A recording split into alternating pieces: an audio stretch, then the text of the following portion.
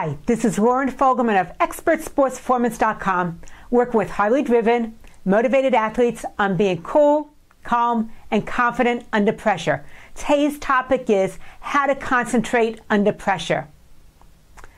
Now, there's ways to be able to really focus under pressure, but you have to be prepared for it. You have to know what to do. You have to have the right steps in place in order to make it happen. And that goes back to your training. When you train for pressure, then when you're in those really high pressure moments that count, you're going to know exactly what to do. But most athletes, they train for the perfect game, the ideal circumstances, and then when it doesn't pan out that way and the unexpected happens and they're in one of those really high pressure moments, that's when they choke.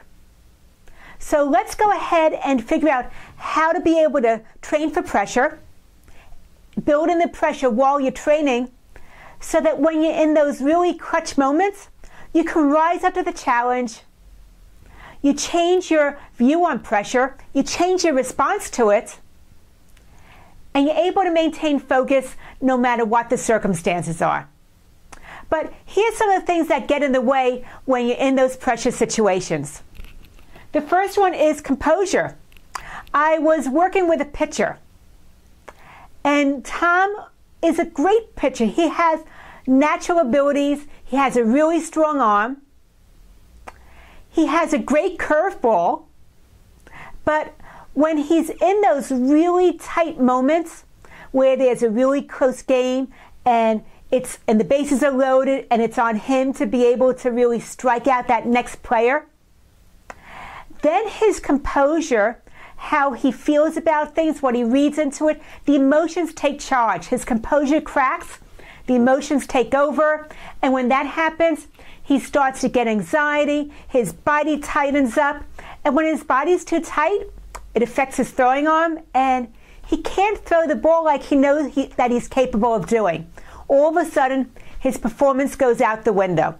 So what happens is, in those high pressure moments, he loses his composure. Now, what happens next with Tom has to do with concentration, because pressure is relative. If you practice for pressure and you get used to really dealing with having to focus under pressure, then when it's really one of those moments where everything's on you and you have to be able to rise up to the occasion, then you're more likely to do it. But if you always practice for the A game, then you're not going to be able to know how to be clutch when you have to be able to come through in those tight moments. So with Tom, what happened with him is, in those high pressure moments, his concentration wasn't that good. Instead, he was focusing on all the mechanics and not focusing on what he needed to do at that very moment, being really present and concentrating on just getting the job done. So his concentration shifted in those really high pressure moments to a different type of thought than when he's in those other moments where he feels really confident, he knows what to do, and there's not a lot of pressure on him. Next came confidence, because with confidence, what happens is that it's really about being able to maintain your peace of mind. When Tom is in these situations and he does well, he has wins, and those wins build up, and he gains confidence that when he's in a similar situation, he can pull through again. But when he focuses on the times that he didn't do well in similar circumstances to what he's in now, it chips away at his confidence. So it's a matter of, where do your thoughts land? Do you land on times that you were able to really come out of those tight moments and shine? Or do you land on times that you were in those high pressure moments and you had a disappointing performance? So either one of those will affect your confidence. If you're focusing on the negative, it's going to chip away your confidence. If you're focusing on when you've done well, it's going to help build up your confidence for whatever it is that you need to do to get the job done right now. Next is cadence. Now, when Tom was in these high pressure moments, when it was really all on him at that moment, and he needed to have those great pitches, all of a sudden, he started to rush himself. He would rush himself through the steps. When he stepped off the mound, he would go ahead and overthink things a little bit. He felt the pressure on him, and then he would step back onto the mound and pitch before he was really ready to do that, before he was fully committed. What happens to you when you're in those high pressure moments with your cadence? Do you tend to actually go too fast? Or do you tend to hold back and you think things through much, much too long? Either one of those might work against you depending on the type of person that you are. So what is it for you? Do you think too much, or do you just rush through things and then you're not giving it your best performance? So those were the different things that happen when you're in pressure and how they can really affect your performance. And the bottom line is, when you're in these clutch moments and you have to be really focused on pressure, you have to be really focused on your performance, there's only two things for you to focus on: your actions and your attitude. When you know that and you've trained for that, you're much more likely to really stay focused on those two things which are in your power, your actions and your attitude. Okay, so let's look at what you can do to really improve your concentration when the unexpected happens and you're in those high pressure moments. The first thing is return. If you didn't perform as you expected during those high pressure moments, you don't want to hold on to it and keep on thinking about it over and over again while you're still in your game, when you're still in your race, the tournament, whatever it is for you. You want to be able to let it go, clear your mind, and really focus on whatever it is at that moment that you need to take care of.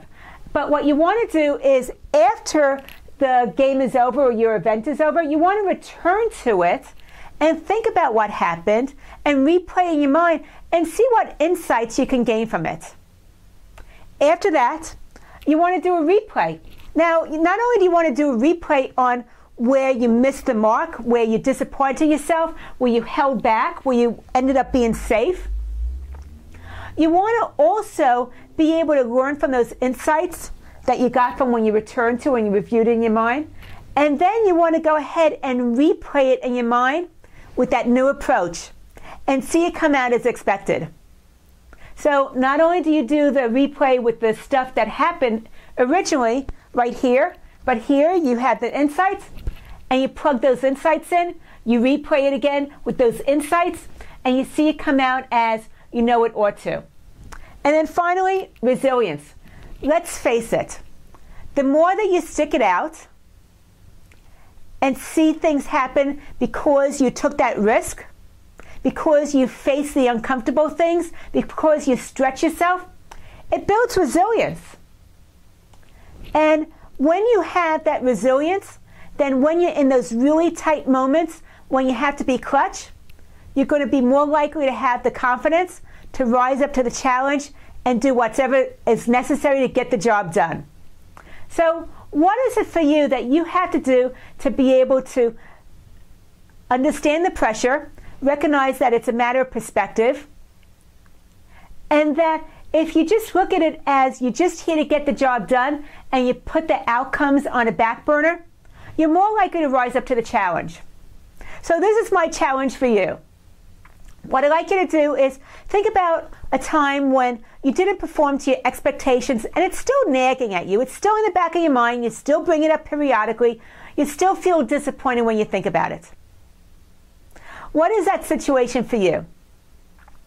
Now that you have that and you can look back on it, what are some insights that you can gain from looking at it that you know now that you didn't know then, or how you would have liked to have responded differently? See what those insights are.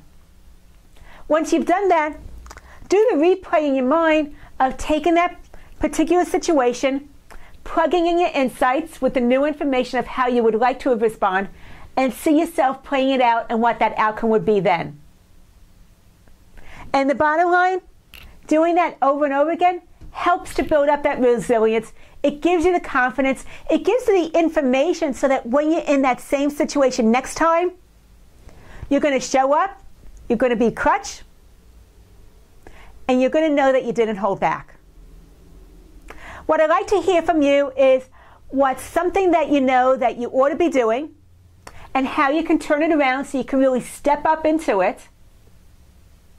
you can go ahead and face off that pressure, not let it get under your skin, so you can really have that clutch performance, rise up to the challenge, and see yourself gaining confidence and having improvements as a result of it. So what would that be for you? I'd love to hear your comments as to your takeaways, what you're going to put into play, how you would do things differently next time. And please go ahead and click the likes button to pass it forward. My mission is to show you how to be cool in the heat of the moment. And if you're interested in the 7 essential steps for peak performance, go to my website, expertsportsperformance.com, put your name and email address in the upper right-hand corner, and immediately you get the first part of the video training series to show you how to really step it up, have confidence, and rise up to what's possible. I look forward to hearing from you. Please go ahead and click the likes button. Lauren Fogelman, expertsportsperformance.com.